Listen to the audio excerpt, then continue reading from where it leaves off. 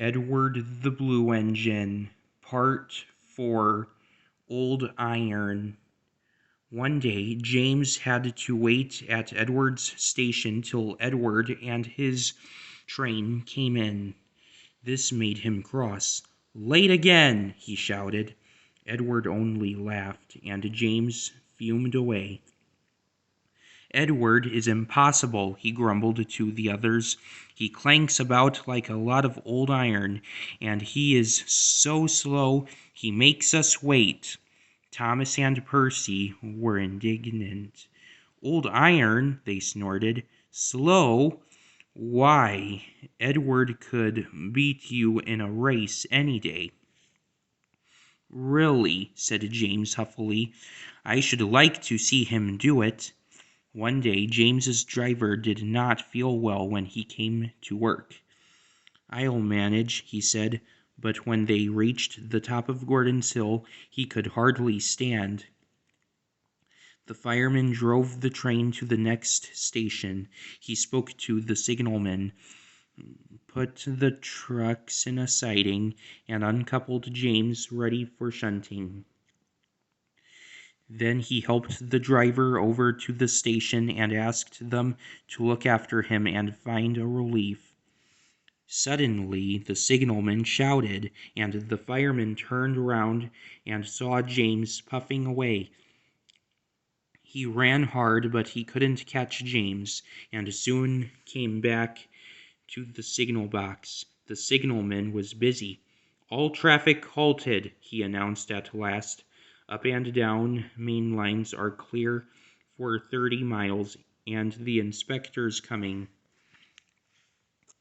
The fireman mopped his face. "What happened?" he asked. "Two boys were on the footplate. They tumbled off when James started. I shouted at them, and they ran like rabbits." "Just let me catch them," said the fireman grimly. "I'll teach them to meddle with my engine." Both men jumped as the telephone rang. "Yes," answered the signalman. "He's here. Right. I'll tell him. The inspector's coming at once in Edward. He wants a shunter's pole and a coil of wire rope." "What for?" wondered the fireman. "Search me, but you'd better get them quickly." The fireman was ready and waiting when Edward arrived. The inspector saw the pole and rope. "Good man," he said. "Jump in." We'll catch him, puffed Edward, crossing to the up line in pursuit. James was laughing as he left the yard. What a lark, he chuckled to himself. Presently he missed his driver's hand on the regulator, and then he realized there was no one in his cab. "What shall I do?" he wailed. "I can't stop. Help! Help!" We're coming. Edward was panting up behind with every ounce of steam he had. With a great effort, he caught up and crept alongside, slowly gaining till his smoke box was level with James's buffer beam. "Steady, Edward." The inspector stood on Edward's front, holding a noose of rope in the crook of the shunter's pole. He was trying to slip it over James's buffer. The engine swayed and lurched.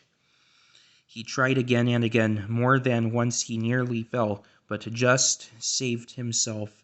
At last, "Got him!" he shouted. He pulled the noose tight and came back to the cab safely, gently braking so as not to snap the rope.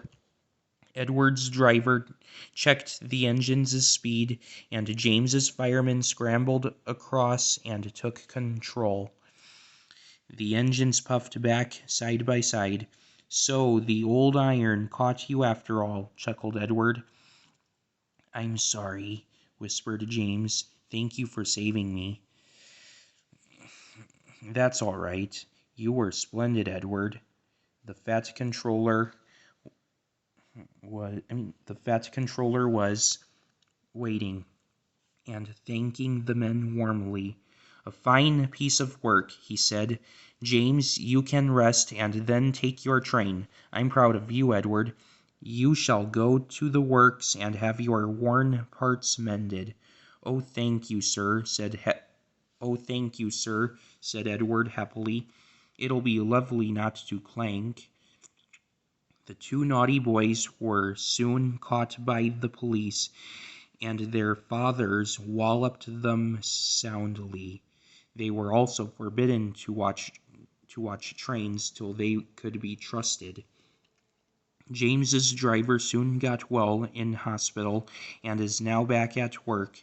James missed him very much, but he missed Edward more, and you will be glad to know that when Edward came home the other day, James and all the other engines gave him a tremendous welcome.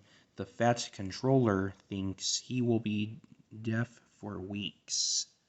The end.